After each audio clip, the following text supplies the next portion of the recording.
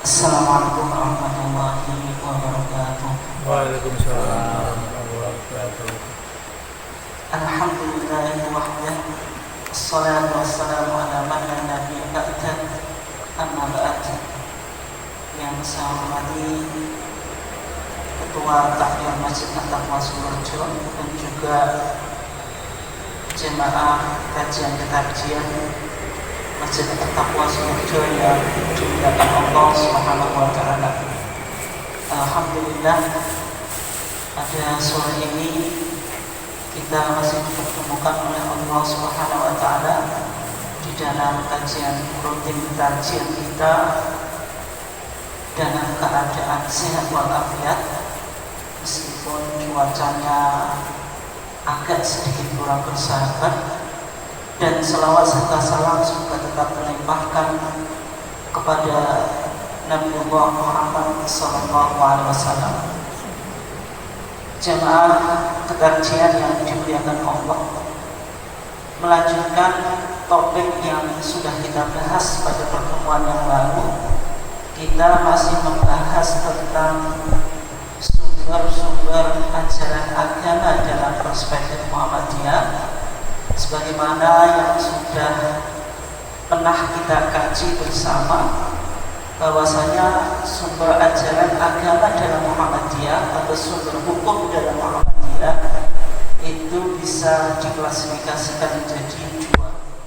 Yang pertama disebut sebagai sumber primer, yaitu Al-Quran dan As-Sunnah atau Al-Hadis, dan sudah kita bahas As-Sunnah di sini maksudnya As-Sunnah Al-Maqbulah, sunnah yang bisa diterima, yang mencakup hadis sahih itu sendiri dan juga hadis hasan. Kemudian yang kedua disebut sebagai sumber pendamping atau instrumental, atau juga bisa disebut sebagai sumber paratekstual.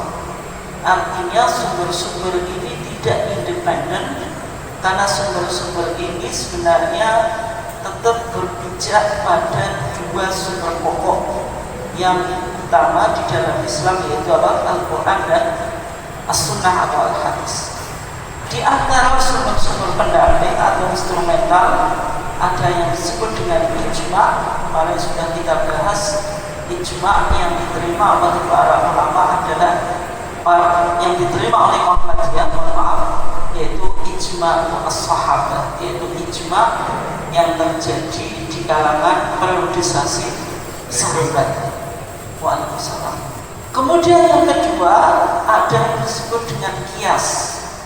Kias itu menganalogikan sebuah kasus yang tidak disebutkan hukumnya secara tekstual di dalam Al-Quran dan Sunnah kepada sebuah kasus yang disebutkan hukumnya secara tekstual di dalam Al-Quran dan Sunnah, karena ada persamaan ilah atau motivator, sehingga diambil kesimpulan hukum yang sama.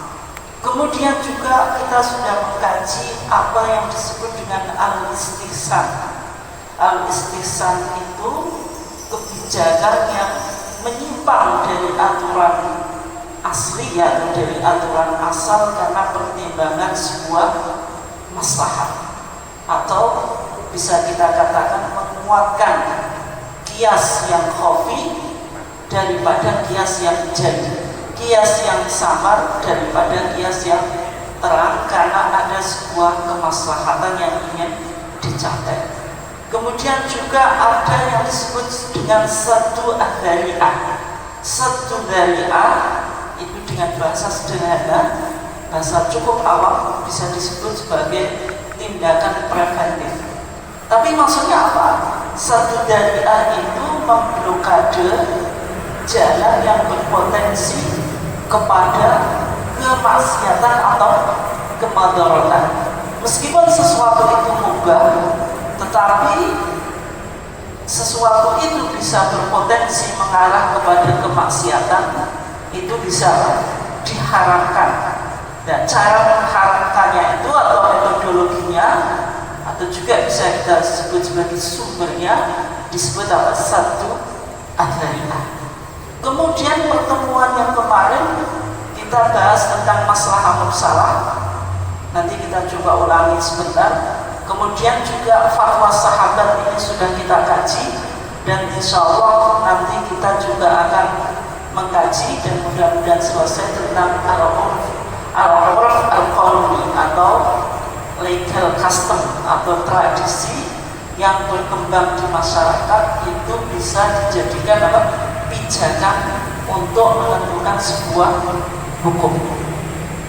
Dan jamaah sekalian yang dimuliakan Allah, kita coba review apa yang sudah kita kaji di pertemuan yang lalu, yaitu kita sudah membahas apa yang disebut sebagai al-maslahah al-mursalah.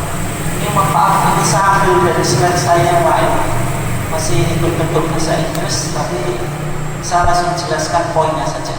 Yang disebut masalah mursalah itu bisa disebut sebagai kepentingan publik, yang intinya masalah mursalah itu dari dua fase, ada maslahah, ada mursalah. Maslahah itu artinya adalah kepentingan atau keuntungan. Kemudian mursalah itu artinya mutlak, tidak dibatasi, karena tidak ada teks yang melarang atau yang memerintah. Sehingga kalau kita bisa definisikan secara singkat, yang disebut maslahah mursalah itu adalah kepentingan publik yang tidak disebutkan larangan atau perintahnya secara tekstual di dalam Al-Quran dan Sunnah. Dan ini biasanya digunakan oleh pemerintah untuk menetapkan apa yang disebut dengan public policy atau kebijakan publik. Kemarin sudah kita kaji, ada 3 tipe maslahah. Ada yang disebut dengan maslahah ad-daruriyah atau essential, maslahah yang paling primer atau paling dominan. Ini secara umum ada 5 hal yang ingin diproteksi. Yang kemarin sudah kita kaji, di antaranya agama itu datang untuk memproteksi ada memproteksi berapa? 5 hal. Yang pertama, hifdzuddin, menjaga agama. Yang kedua, hifdzul aql, menjaga akal. Yang keempat, hifdzun nafs, menjaga jiwa. Kemudian yang kelima apa? Hifdzun nasl, menjaga keturunan. Kemudian yang keenam apa? Hifdzul mal, atau memproteksi apa? Harta. Intinya semua syariat Islam itu pasti ingin merealisasikan salah satu atau dari beberapa masalah yang jumlahnya berapa? 5 ini. Ini kemarin kita sudah kaji. Ini berarti masalah yang disebut apa? Daruriyah, masalah yang esensial yang harus terpenuhi di dalam kita menjalankan syariat ini dan juga menjalani hidup ini. Kemudian yang kedua, ada yang disebut dengan hajiyat. Hajiyat itu kebutuhan yang sifatnya komplementari atau kebutuhan yang sifatnya itu sekunder. Ketika tidak terpenuhi itu tidak apa-apa, tetapi menjadikan hidup kita agak susah. Sehingga Islam ini di samping memberikan syariat juga memberikan apa? Rukhsah atau dispensasi di dalam menjalankan apa? Syariat. Misalnya syariat ibadah apa? Puasa. Ya ayyuhalladzina amanu apa? Kutiba alaikumusiyam kama kutiba alal ladzina min qablikum la'allakum tattaqun. Artinya puasa itu disyariatkan oleh Allah untuk menjaga apa dari 5 tadi? Menjaga agama, yaitu apa? Hifdzul din. Tetapi ketika seseorang tidak mampu berpuasa di dalam bulan Ramadan, misalnya karena ada sebuah udzur syar'i, bisa jadi sakit atau bisa jadi apa? bepergian atau bagi wanita lagi kedatangan haid atau menstruasi atau nifas. Apakah semua orang ini wajib menjalankan puasa karena untuk menjaga apa? Agama? Berarti meskipun sakit ini wajib apa? Puasa. Karena apa? Puasa itu menjaga agama. Ternyata tidak. Syariat apa? Memberikan rukhsah. Faman kana minkum maridhan aw ala safarin fa'iddatun min ayyamin ukhra. Barang siapa di antara kamu sakit atau dalam bepergian, fa'iddatun min ayyamin ukhra. Ternyata puasa ini boleh diganti di hari yang lain. Artinya ketika orang itu sakit, orang itu bepergian, atau wanita itu menstruasi, ketika bulan Ramadan tidak menjalankan puasa, bukan berarti orang ini tidak menjaga agama. Oleh sebab itu Islam memberikan masalah yang disebut masalah hajiat, masalah yang sifatnya itu apa? Sekunder atau komplementer. Ini contoh hajiatnya. Ini contohnya banyak. Misalnya ketika kita menjalankan sholat ketika kita mukim itu harus dilakukan berapa rakaat? 4 rakaat kalau jumlahnya 4 ya. Tetapi ketika kita lagi safar, maka di situ ada rukhsah. Kita boleh menjalankan sholat dengan 2 rakaat, itu yang disebut dengan apa? Sholatul qasri atau qasar. Itu contoh hajiat. Kemudian tahsiniyat, ini kebutuhan yang sifatnya tersier. Ketika dipenuhi, ya berarti menjadikan kehidupan itu menjadi lebih lengkap. Karena ini yang berkaitan dengan apa? Hal-hal yang sifatnya itu hiasan hidup. Tetapi jika tidak dipenuhi maka tidak apa-apa. Intinya masalah itu berjenjang. Sehingga kalau kita menganalisa fatwa-fatwa tadi harus dilihat dari ini. Kalau ini masalah jenjangnya apa? Masuk daruriyah, essential, atau hajiyah, komplementari, atau tahsiniyah yang sifatnya embellishment atau tersier. Ini tidak mudah dipahami oleh apalagi untuk orang awam. Tetapi fatwa itu atau putusan itu pasti ditujukan untuk jenjang maslahat ini. Sehingga kalau kita kemarin kaji, ada 3 masalah juga berdasarkan teks. Ada yang disebut masalah mu'tabarah atau accredited, masalah yang disupport oleh dalil syar'i baik dari Quran dan Sunnah. Misalnya kenapa di dalam Islam dilarang berzina? Karena disupport apa? Wala taqrabu az-zina. Intinya syariat ingin apa? Menjaga keturunan. Misalnya kenapa orang mencuri itu Al-Quran bilang harus dipotong tangannya. Berarti syariat ingin datang untuk memproteksi apa? Harta atau hifdzul mal. Kenapa jihad itu? Jihad kan secara umum maknanya apa? Perang. Meskipun ini makna jihad yang paling tinggi, yang secara esensi itu kan artinya apa? Perang. Orang berperang itu sama dengan apa?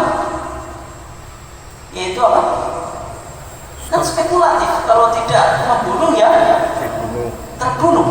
Tetapi kenapa Islam menganjurkan atau mewajibkan ketika umat Islam ketika itu kondisinya belum mapan untuk melakukan peperangan? Ingin memproteksi apa? Hifdzu ad-din. Ketika agama ini tidak dijaga dengan jihad, maka agama ini bisa hancur. Ini kontekstual. Tapi kalau implementasi jihad secara konteks sekarang, ya jihad itu harus izin dengan apa? waliul amri, nggak boleh kita jihad secara sendiri. Itu harus digarisbawahi itu. Karena sekarang cukup riskan untuk bicara tentang jihad. Kalau bukan perintah negara itu bukan jihad. Itu diantara syarat yang dipenuhi orang yang ingin melakukan jihad. Kemudian ada juga masalah yang disebut murghat, masalah yang sifatnya itu nullified, berarti dibatalkan oleh syariat. Misalnya ketika konteks modern orang ingin menyamakan pembagian waris antara laki-laki dan perempuan, karena konteks modern wanita juga bekerja sebagaimana laki-laki, dan bahkan pendapatan wanita bisa jadi lebih tinggi daripada laki-laki. Kemudian dalam pembagian waris ingin disamakan, dan ini tidak bisa karena bertentangan dengan dalil, yaitu dalil Al-Quran. Yusikumullahu fi auladikum lidzakari mithlu haddil unthayaini. Jadi pembagian waris antara laki-laki dan perempuan secara tekstual, secara dalil tidak sama. Ketika ada seorang yang berijtihad ingin menyamakan dengan pertimbangan maslahah sesuai dengan konteks modern, berarti masalah ini mu'tabarah atau murghat. Murghat tidak bisa diterima. Masalah ini yang disebut sebagai maslahah nullified, masalah yang dianulir oleh syariat. Nah, kemudian yang menjadi pembahasan kita itu masalah yang mursalah. Dalil Al-Quran dan dalil Sunnah tidak menjelaskan tentang masalah ini, tetapi untuk kemaslahatan publik maka masalah ini perlu untuk dipertimbangkan, sehingga kebijakan-kebijakan pemerintah nanti kita coba lihat contohnya. Misalnya konteks modern, kenapa nikah itu harus dicatat, dan jenengan juga mau kan? Padahal kalau jenengan cari dalilnya, pencatatan nikah itu secara tekstual ditemukan atau tidak? Tidak. Ini contoh. Kemudian jenengan melakukan transaksi jual beli, misalnya jual beli tanah, harus ada sertifikat. Padahal dulu juga nggak ada. Ini kan masalah-masalah yang tidak ditemukan dalilnya. Tetapi masalah ini harus ada untuk memenuhi kepentingan publik. Ketika tanah itu tidak ada sertifikasinya, maka akan riskan terjadinya sengketa atau klaim hak milik. Ketika nikah itu tidak dicatat, yang banyak dirugikan siapa? Wanitanya. Bisa jadi laki-laki pindah-pindah nikahnya karena tidak ada pencatatan. Nah, ini beberapa masalah yang sebenarnya kalau dicari teksnya itu tidak ada, tetapi masalah ini ditetapkan untuk kepentingan publik. Ya, nanti kita lihat contohnya ya. Tapi sebelum kita ke contoh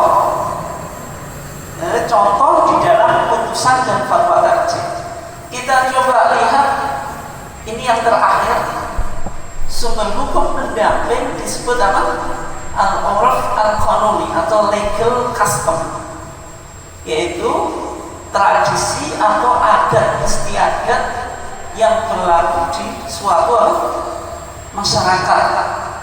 Nah, al-urf itu dari kata arafa ya'rifu itu artinya mengenal. Al-urf itu disebut artinya al-ma'ruf. Ma'ruf itu amar ma'ruf nahi munkar. Ma'ruf itu sesuatu yang dikenal, yang diketahui.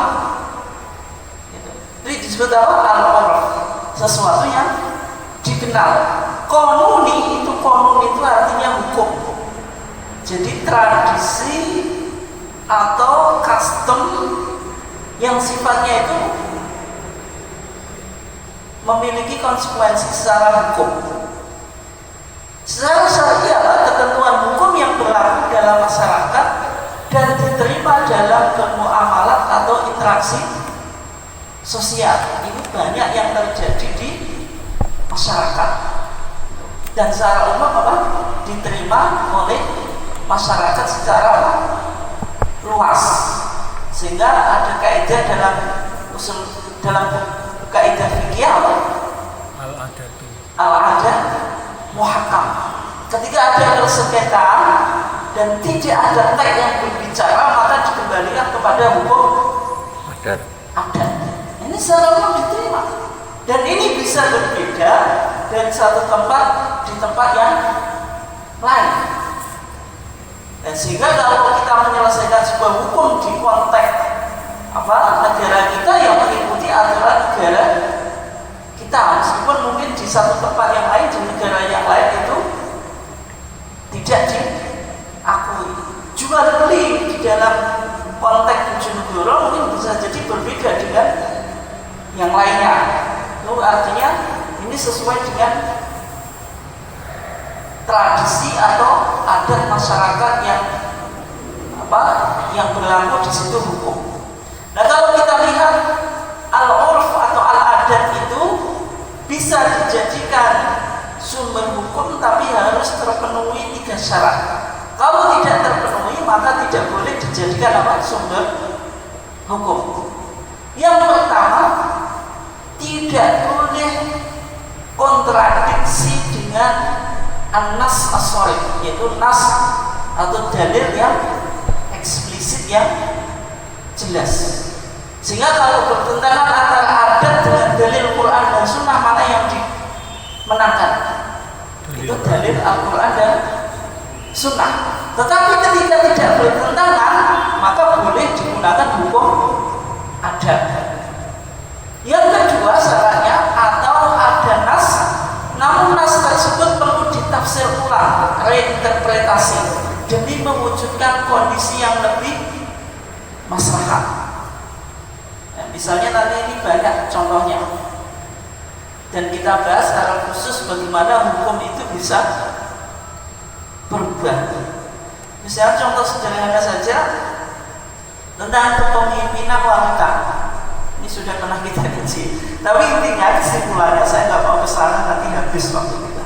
Intinya dalam kesimpulan Majelis Tarjih di dalam putusannya 1976 dibukukan dalam buku Adabul Mar'ah fil Islam, Majelis Tarjih membolehkan wanita menduduki posisi jabatan publik, sehingga di lingkungan Muhammadiyah wanita boleh menjadi kepala sekolah, boleh menjadi direktur rumah sakit, atau menduduki posisi di Aum Muhammadiyah.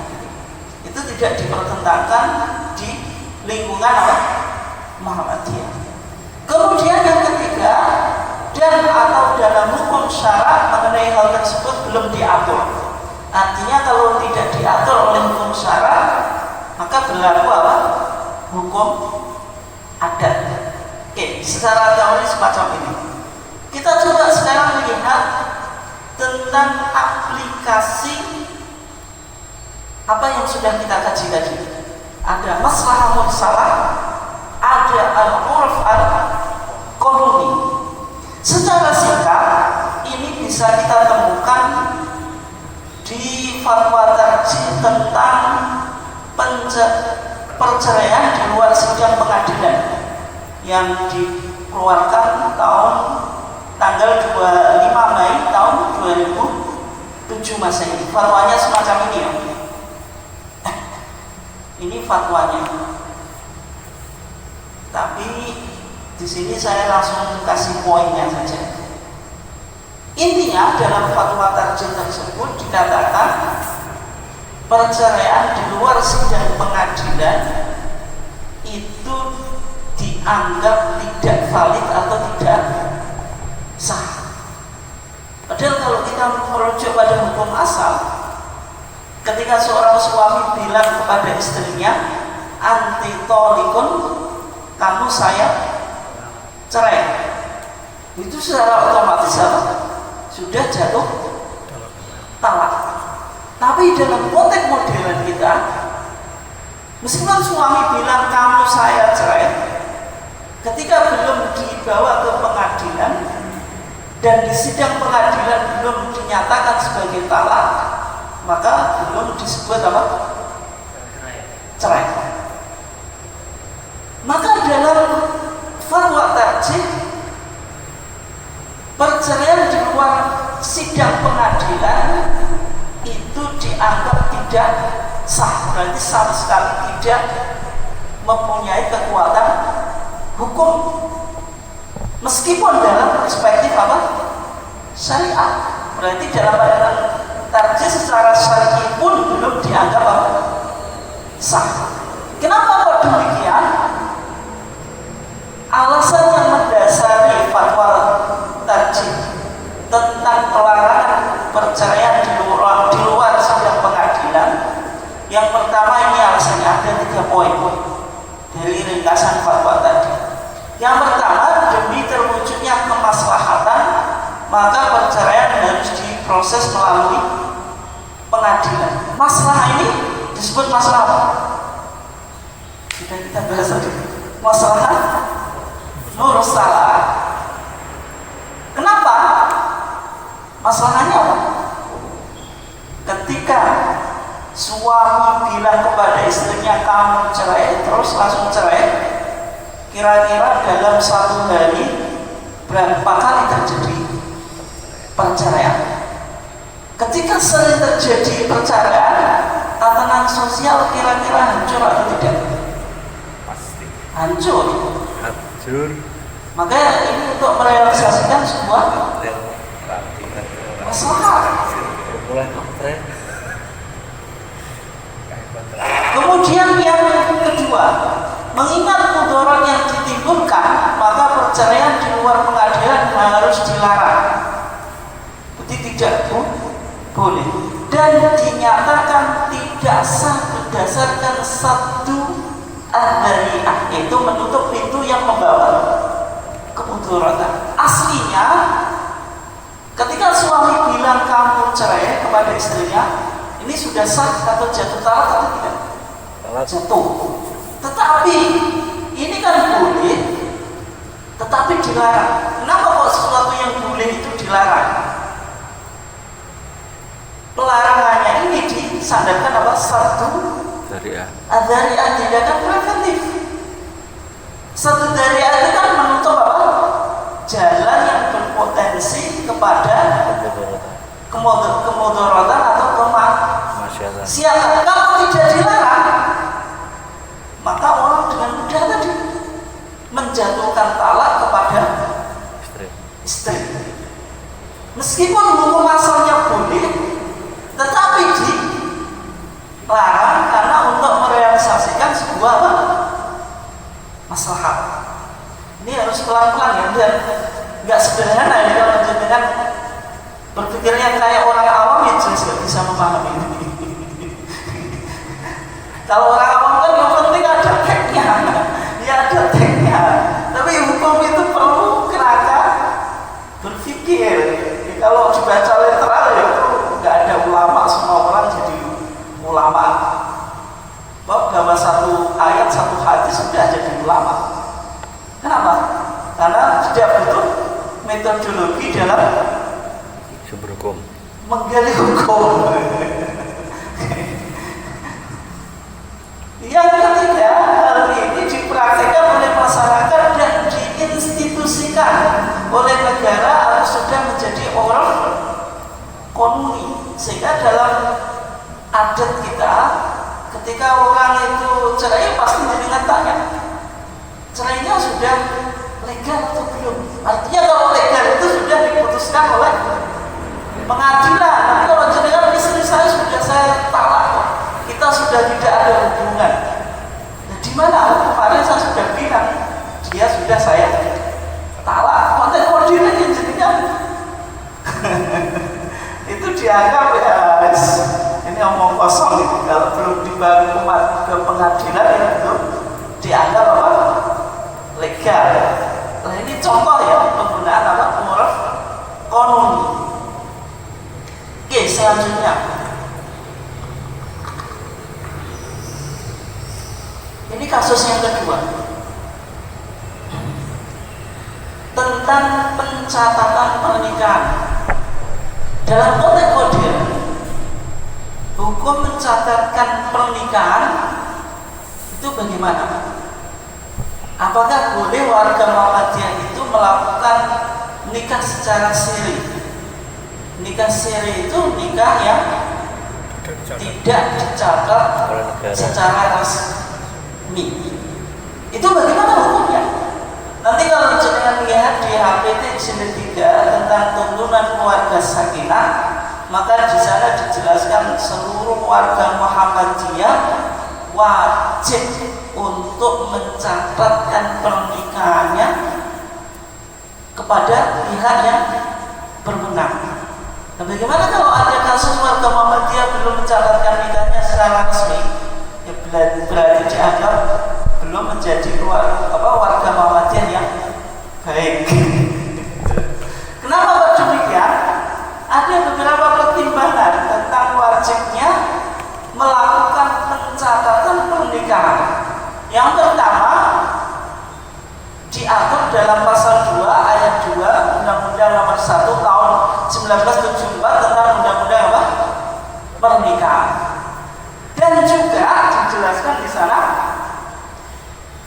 di dalam KHI itu apa? Kompilasi Hukum Islam pasal 5 ayat 2 bahwasanya pernikahan itu harus dicatatkan kepada PPN, itu petugas pencatat nikah.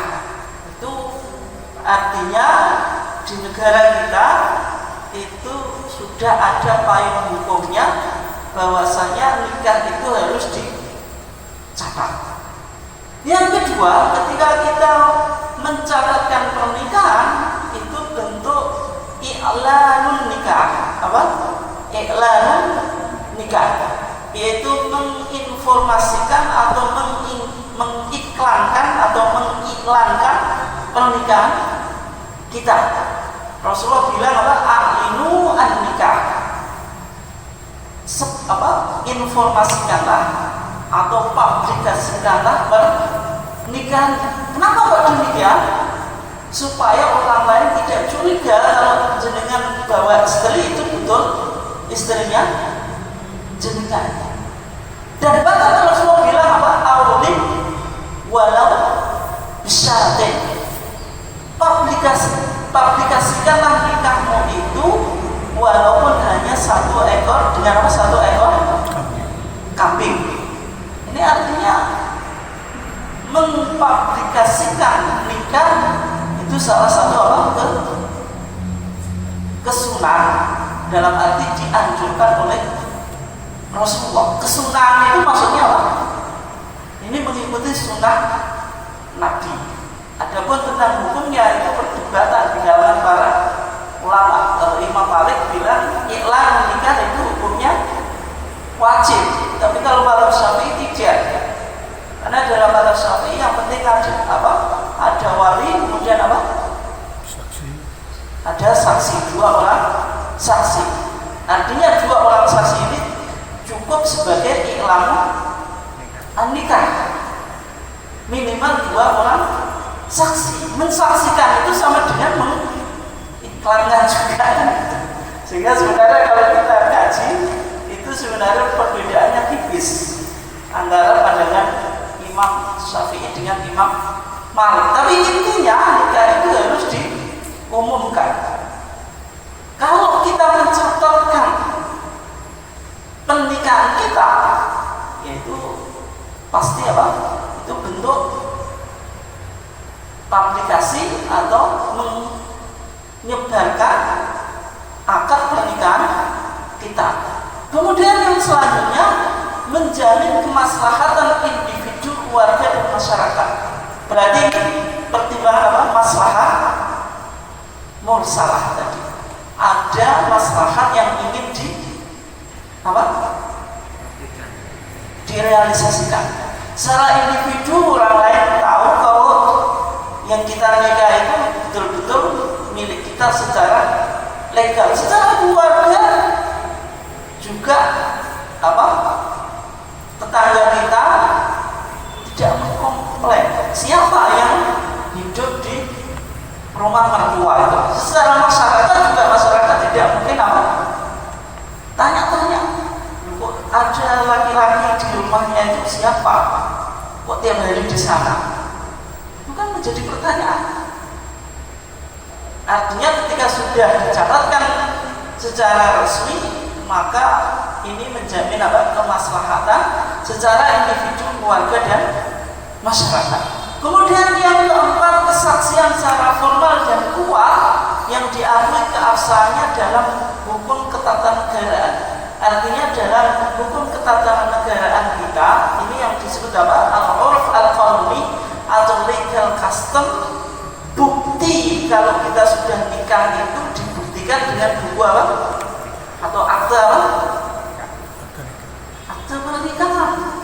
Ya pasti jenengan mau ke hotel saja, kan ada yang mensyaratkan itu. Kalau nyewa satu kamar laki-laki perempuan harus ada surat nikahnya atau akte pernikahan itu kan. Itu kan bentuk persaksian. Artinya ini kesaksian secara formal dan kuat yang diakui keabsahannya dalam hukum ketatanegaraan. Kemudian yang kelima, ini dikiaskan, yang disebut kias aulawi. Kias aulawi itu hukum yang tidak disebutkan teksnya di dalam Al-Quran itu lebih berhak untuk diberi hukum daripada hukum yang disebutkan teksnya di dalam Al-Quran dan Sunnah. Yaitu dikiaskan pada perintah pencatatan dalam hutang piutang dalam surat Al-Baqarah ayat 282. Yaitu Allah mengatakan ya ayyuhalladzina amanu idza tadayantum bidainin ila ajalin musamma faktubuhu. Wahai orang-orang yang beriman, apabila kamu berhutang dengan tempo tertentu, maksudnya hutang secara kredit, kemudian disuruh tubuh disuruh menulis. Kalau transaksi hutang piutang saja itu disuruh menulis, bagaimana dengan akad pernikahan? Yang di dalam Al-Quran Allah bilang bahwasanya akad pernikahan itu mitsaqan ghalidh, bentuk perjanjian yang ghalidh, yang sangat kuat. Artinya pernikahan itu adalah ikatan dan perjanjian suami istri yang sifatnya itu sakral. Sehingga orang nikah itu nggak boleh main-main. Istri itu untuk berapa waktu atau berapa tempo, berapa tahun, atau untuk selama-lamanya? Kan selama-lamanya. Kalau hutang piutang itu pasti nggak selamanya, suatu saat kita bayar. Itu saja disuruh mencatat supaya jenengan nggak lupa kalau punya hutang.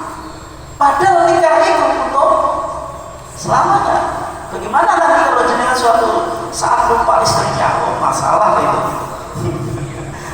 Dan sehingga kalau hutang saja suruh mencatat, bagaimana hutang? Nikah berarti nikah yang disebut perjanjian secara sakral lebih berhak untuk dicatat. Makanya kalau jenengan tanya, kenapa kok di zaman Rasul tidak ada? Ya tatanan masyarakat dan tradisinya berkembang. Karena di zaman Rasul itu populasi masih sedikit.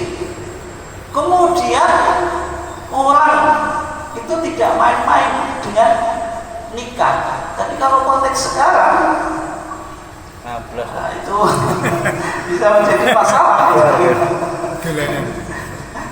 Nanti ketika pernikahan itu dianggap main-main, perceraian itu menumpuk, angka perceraian tinggi, itu nanti tatanan masyarakat yang rusak. Maka syariat tidak boleh mengabaikan masalah itu. Maka sehingga muncul di dalam putusan tarjih kita tentang wajibnya pencatatan pernikahan. Oke. Selanjutnya kita coba lihat contoh atau aplikasi tentang penggunaan uruf qanuni atau adat. Tapi ini meskipun tadi tarjih mengakui bahasanya apa? Al-adat muhakkam. Adat istiadat itu bisa dijadikan apa? Sumber hukum dan harus terpenuhi apa? 3 syarat. Apakah semua adat atau tradisi di masyarakat itu langsung kita terima? Ya ternyata dalam pandangan tadi tidak semacam itu. Meskipun nanti di dalam KWT Jilid 3 ada tuntunan seni dan budaya. Ini sebagai bentuk apa ya? Bentuk kontribusi Muhammadiyah di dalam seni dan budaya. Selama ini kan Muhammadiyah sering diidentikan sebagai kelompok atau organisasi yang anti seni dan budaya. Karena dianggap Muhammadiyah itu karena cirinya gerakan tajdid dalam akidah melakukan purifikasi dan juga dalam ibadah, ini terkesan banyak tradisi atau budaya yang tidak diakui oleh Muhammadiyah. Dan Muhammadiyah mencoba mengklarifikasikan sebenarnya Muhammadiyah itu tidak ada masalah dengan seni dan budaya yang berkembang di dalam masyarakat. Tetapi seni dan budaya tadi sebagai bentuk adat tidak boleh kontradiksi dengan dalil Al-Quran dan Sunnah. Sehingga di HMT Jilid 3 dijelaskan di antara seni dan budaya yang kontradiksi dengan syariat itu disebutkan di sana 2 contoh. Yang pertama ada yang disebut dengan budaya larang laut. Budaya larang laut itu apa? Yaitu semacam sesajen atau persembahan yang berupa kepala kerbau dan hasil pertanian dengan dihanyutkan ke laut. Ini biasanya ada upacara yang didengar yang di YouTube itu. Kalau ingin tahu melarung laut itu bagaimana? Pasti ada kepala kerbau, kemudian di situ ada hasil-hasil pertanian, aneka buah dan macam-macam. Itu ditaruh di sebuah tempat, kemudian dihanyutkan ke laut. Yang mana apa? Masyarakat yang melakukan tradisi ini mengharap apa? Keberkahan atau berkah dan supaya apa? Terhindar dari malapetaka atau mara bahaya. Misalnya masa pandemi ini untuk memproteksi kita dari COVID ini, maka dimunculkan tradisi-tradisi yang kontras dengan syariat. Tradisi yang semacam ini jelas bertentangan dengan syariat. Yang pertama, kepala kerbau itu kan berarti disembelih bukan wa ma'unila lillahi sesuatu yang disembelih bukan atas nama Allah. Yang kedua, kepala kerbau itu dihanyutkan di laut, kemudian hasil pertanian itu dihanyutkan ke laut, itu sama dengan apa? Idha'atul mal, yaitu apa? Membuang harta secara sia-sia. Padahal Al-Quran bilang apa? Innal mubadzirina kanu ikhwana syayatin. Islam itu jelas tidak membolehkan makanan atau sesuatu yang bermanfaat dibuang secara sia-sia. Ini berarti jelas kontras dengan apa? Ajaran agama. Yang kedua, tradisi ini sebenarnya berasal dari Hindu. Berarti ada anggapan atau pandangan teologis terhadap upacara ini yang jelas apa? Kontras dengan syariat kita. Minimal apa? Istighosah, minta apa? Minta bantuan dari mara bahaya dengan apa? Selain Allah. Ini jelas apa? Menyalahi dari tajdid yang dilakukan oleh Muhammadiyah di dalam bidang akidah. Tajdidnya dilakukan dengan apa? Dengan purifikasi. Nah, sehingga budaya larang laut ini dianggap oleh Muhammadiyah sebagai budaya yang kontras dengan syariat. Kemudian contoh berikutnya ada upacara ngaben. Upacara ngaben itu biasanya kalau jenengan pernah rekreasi kembali, yaitu ada upacara yang dilakukan oleh masyarakat Bali yang secara umum agamanya agama Hindu, yaitu orang yang meninggal itu tidak dikubur tetapi dibakar. Nah, yang mana mereka beranggapan ketika orang yang meninggal itu dibakar maka akan bisa masuk kepada alam nirvana, yaitu alam spiritualitas yang diyakini oleh orang yang bisa menyatu dengan Tuhan. Kalau kita makanya masuk ke alam surga.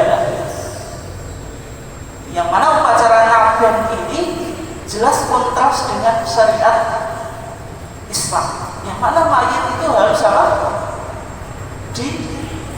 dimuliakan.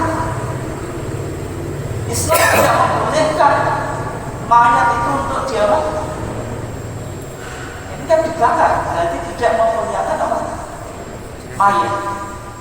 Dan juga upacara ini memiliki makna teologis tertentu, yaitu berasal dari tradisi atau teologi Hindu Bali. Sehingga upacara ngaben, meskipun dua budaya ini, budaya larang laut dan upacara ngaben, ini adalah salah satu budaya yang cukup terkenal di Nusantara kita, dan juga bisa jadi ini menjadi untuk menarik wisata asing, dan juga pertimbangan masalah mursalah. Nah, kalau jenengan tadi menggunakan logika maslahat mursalah, budaya ini nggak apa-apa karena untuk menarik wisata, untuk memajukan misalnya kabupaten kita.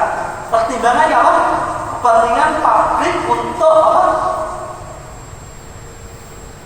memunculkan atau menjaga tradisi kabupaten kita supaya meningkatkan devisa kabupaten. Maka masalah ini nanti masalah murghah yang dianulir oleh syariat. Karena kontras dengan akidah Islam. Nah, ini contoh ya meskipun tarjih sebenarnya tidak ada masalah tentang budaya yang ada di masyarakat, tetapi tidak semua budaya bisa diterima. Ya, misalnya kalau musik kan jelas tarjih, tidak kaku. Musik dilihat dilihat substansinya. Kalau mengarah kepada kemaksiatan ya haram, tapi kalau yang positif ya baik. Bagaimana musik qasidah? Tidak ada masalah. Sholawatan bagaimana? Ya tidak ada masalah. Tapi yang menjadi masalah ketika sholawatannya itu ada nilai-nilai kesyirikan, itu yang tentu tidak, karena ini kontras dengan akidah. Nah, ini sebenarnya Muhammadiyah itu sangat mengakomodir seni dan budaya di dalam Islam, tetapi di dalam budaya atau seni yang memang nyata-nyata kontras dengan syariat, maka tidak boleh dipertimbangkan. Oke, sampai demikian jamaah sekalian yang dimuliakan Allah. Semoga ada pertanyaan. Ustaz, saya sering mendengar istilah manhaj. Kita harus mengikuti manhaj, ini maksud ini. Saya kurang jelas manhaj itu pengertiannya apa, terus bagaimana kita menyikapinya. Terima kasih Ustaz. Kata manhaj itu dan kata nahaj, kalau dalam bahasa Al-Quran dikatakan walikullin minhajan walikullin syir'atan wa minhajan. Segala sesuatu itu memiliki syariat dan juga memiliki minhaj atau manhaj. Artinya manhaj itu adalah at-thariq al-wadih, yaitu jalan yang terang. Itu secara etimologi. Tetapi di dalam bahasa Arab manhaj itu lebih diarahkan kepada metodologi berpikir atau yang diikuti. Di Muhammadiyah sendiri pakai manhaj. Manhajnya metodologi berpikir yang dibangun dari Quran dan Sunnah di dalam Muhammadiyah disebut apa? Manhaj tarjih. Setiap kelompok pasti ada manhaj. Ketika kita di Muhammadiyah ya berarti manhaj kita yang manhaj tarjih, bukan manhaj yang lain, karena ini dianggap pedoman atau cara berpikir di dalam memahami agama yang sumbernya Quran dan hadis bagaimana yang dipahami oleh Muhammadiyah. Dan di kelompok yang lain, tapi nggak usah saya sebutkan, kita ngaji nggak di situ ya. Tapi intinya kalau jenengan kita harus mengikuti manhaj sebuah generasi yang merupakan sebaik-baik. Pasti ya dengan itu nggak usah saya mendetail.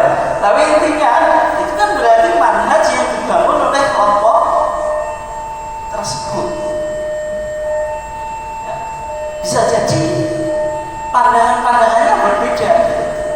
Tapi intinya kalau dalam konteks Muhammadiyah, ya berarti seluruh warga Muhammadiyah itu diarahkan untuk mengikuti manhaj tarjih sebagai metodologi berpikir yang diakui keabsahannya, yang berdasarkan Al-Quran dan Sunnah yang dirumuskan oleh Muhammadiyah. Gitu. Dan manhaj itu semuanya menganggap milikku yang terbaik. Ya. Kan itu. Berarti yang lain dianggap kurang baik atau salah itu. Akhirnya semuanya kelompok itu menganggap kelompoknya yang paling baik gitu. Oke. Kalau kita lihat Al-Quran kan apa? Kullu hizbin bima ladaihim apa? Farihun. Setiap kelompok itu akan membanggakan apa? Kelompoknya. Itu secara psikologi pasti. Tetapi dari manhaj-manhaj yang ada ini ada kesepakatan kita. Secara umum semua umat Islam itu sepakat kalau sumber utamanya Al-Quran dan Sunnah. Itu pasti semuanya sepakat. Tidak ada yang tidak sepakat. Ini yang sumber pokok. Tetapi memahami tadi sumber hukum yang lain, yang jumlahnya banyak tadi bisa jadi beda-beda cara apa? Memahaminya. Gitu. Ini Al-Quran dan Sunnah jelas semuanya sepakat. Jadi tidak ada kelompok yang tidak mengakui Quran dan hadis. Kalau tidak mengakui ya bahasa kita sudah pasti sesat. Tapi untuk menemukan siapa itu secara umum kalau konteksnya masih ngaku Ahlussunnah wal Jamaah itu pasti mengakui. Tidak ada kelompok yang masih Ahlussunnah wal Jamaah tapi tidak mengakui Al-Quran dan Sunnah. Tapi cara memahami Quran dan Sunnah itu bisa beda-beda dan juga menempatkan sumber pendamping atau instrumental yang ini bisa jadi memiliki pandangan atau perspektif yang berbeda. Dan sehingga Muhammadiyah itu di beberapa sisi mungkin memiliki irisan yang sama dengan bahasa sebut saja, tapi nggak berjelekan. Misalnya dengan Salafi itu pasti memiliki apa? Kesamaan di beberapa sisi. Di sisi yang lain